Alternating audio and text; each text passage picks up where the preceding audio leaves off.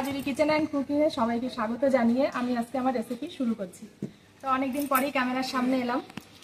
তো বন্ধুরা, আজকে একটা পোলাও রেসিপি আর চিকেন কষা রান্না করব। তো প্রথমে আমি চিকেনটা করে নেওয়ার জন্য কড়াইতে সর্ষের তেল দিয়ে দিচ্ছি। আগে পেঁয়াজটা বেরেস্তা করে তুলে নেব। তো দিয়ে দিলাম সর্ষের তেল। তেলটা ভালো করে গরম হতে হতে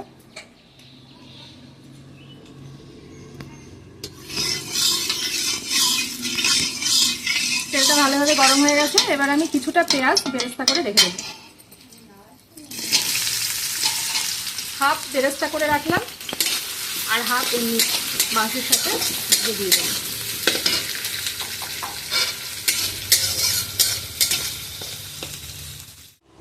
এবার আলুগুলো লাল লাল করে ভেজে ফেলবো।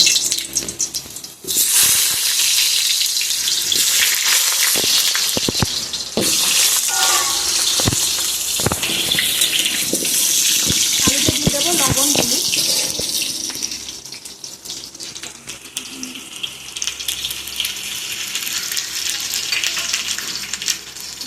হলুদ দিব।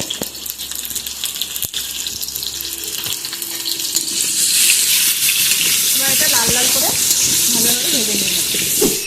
আলুটা খুব ভালোভাবে লাল লাল করে ভেজে নিয়েছি। এবার এটা তুলে নেব।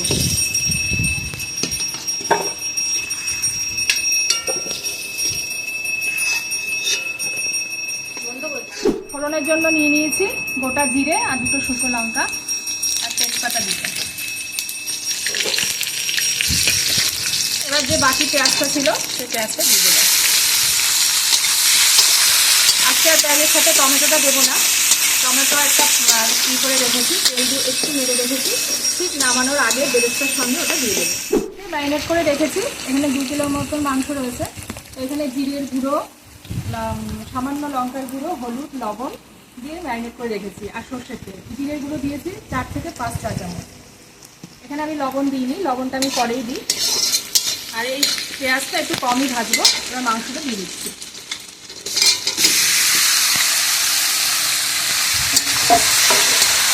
এবার বেশ কিছুক্ষণ ধরে কষাতে হবে। ঢেকে ঢেকে দিয়ে আমি এটা ভালোভাবে কষিয়ে নেব। এটা আমি নামিয়ে নেব।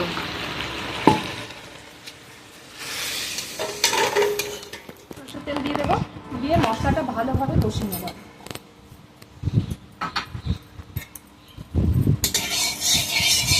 জিরে, শুকনো লঙ্কা, পেঁয়াজ, রসুন, আদা আর গোলমরিচ একসাথে পেস্ট করা। তেলটা গরম হয়ে গেছে, মশলাটা দিয়ে দেবো।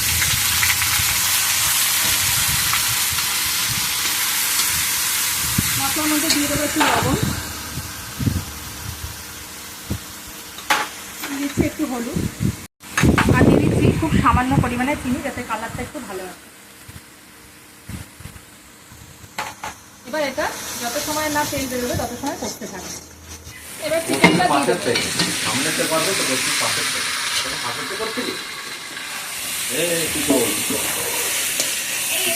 মাংসের মধ্যে ভেজে রাখা আলুগুলো দিয়ে দিয়েছি। মাংস যেহেতু আগে থেকে ভেজে রাখা ছিল, তো তারপরেও বেশ খানিকক্ষণ কষানো হয়ে গেছে। এবার এই অল্প আছে, মানে পাশে ছোট্ট উনুনটায় আমি এই গামলার মধ্যে অল্প জলের মধ্যে দিয়ে এটা ঢেকে দেবো, ভাপা টাইপের করে নেব। তো মাংসগুলো আমি ওই পাশে এই গামলাটার মধ্যে দিয়ে দেবো। গরম জল দিয়ে দিচ্ছি। আগে কাজুটা আমি ঘি দিয়ে ভালো করে ভেজে নিচ্ছি। বেশি পুড়ে গেলে ভালো লাগবে না, একটু লালচে হলেই তুলে নেব। ওদিকে মাংসটা খুব অল্প আছে, এই পাশে বসিয়ে দিয়েছি।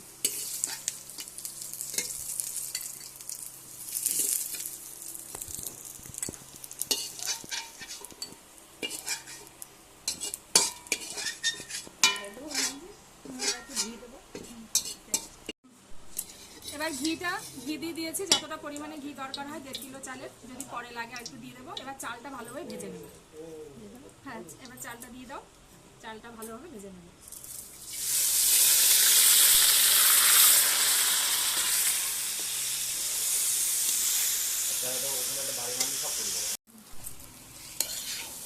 পাঁচ থেকে 6 মিনিট আমি এইভাবে ভেজে নিয়েছি। আর একটু ভাজলে ভালো হবে পোলাওটা।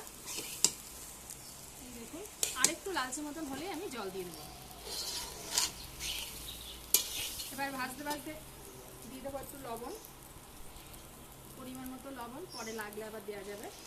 চিনিটা জল দেওয়ার পরে দেবো।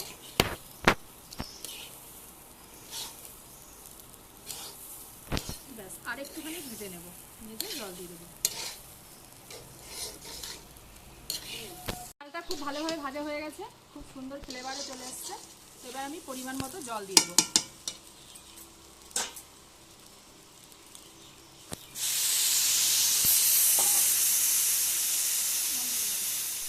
জলটা খুব পরিমাণ মতন দিতে হবে, যতটা চাল ততটা জল। তারপরে সামান্য আরেকটু দিতে হয়, এটা মেপে, খুন্তি মেপেও দেওয়া যায়।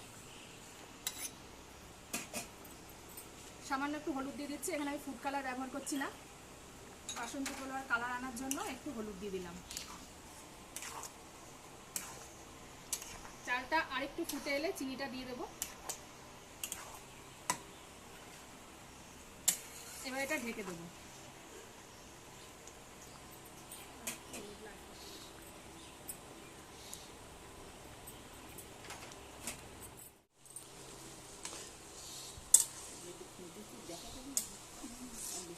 এবার দিয়ে দেবো চিনি। এবার দিয়ে দিচ্ছি চিনি, এটা যেহেতু একটু মিষ্টি মিষ্টি হবে, 1.5 কিলো চাল অনুপাতে একটু চিনি দিয়ে দিলাম। এই ভাপে ভাপেই এই ভাতটা কিন্তু সেদ্ধ হয়ে যাবে। এবার দিয়ে দিচ্ছি কাজু বাদামগুলো, দিয়ে দিচ্ছি ভিজিয়ে রাখা কিশমিশ।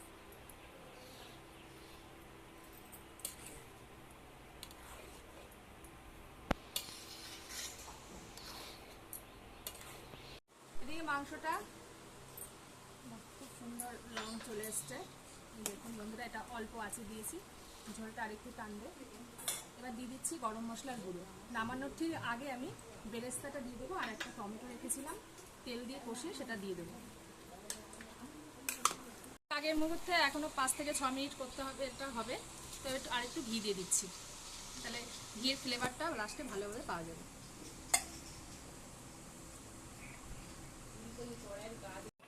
এবার বেরেস্তাটা দিয়ে দেবো। খুব ঘন ফুট চলে এসছে দেখুন, আর ওই পাশে বেশ সুন্দরভাবে ভাপা হয়েছে। এইভাবে চিকেন রান্না করে খাবেন, খুব ভালো লাগবে। এবার এই টমেটোটাও দিয়ে দিলাম, ঠিক লাস্টে নামানোর 5 থেকে 7 মিনিট আগে দিয়ে দিলে মাংসের যে একটা বাজে গন্ধ সেটাও থাকবে না, খেতেও খুব সুস্বাদু হবে।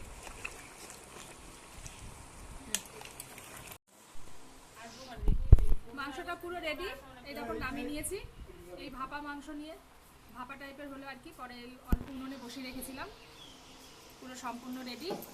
আর এদিকে আমার পোলাও হয়ে গেছে, এই দেখুন কত সুন্দর ঝরঝরে হয়েছে, ভাতটা ঝরঝরেও হয়েছে, খুব নরমও হয়েছে। তো এবার আমরা পরিবেশন করব। আজকে আমার মামার মেয়েরা এসছে, আমার বোনেরা এসছে, তো সবাই মিলে আজকে আমরা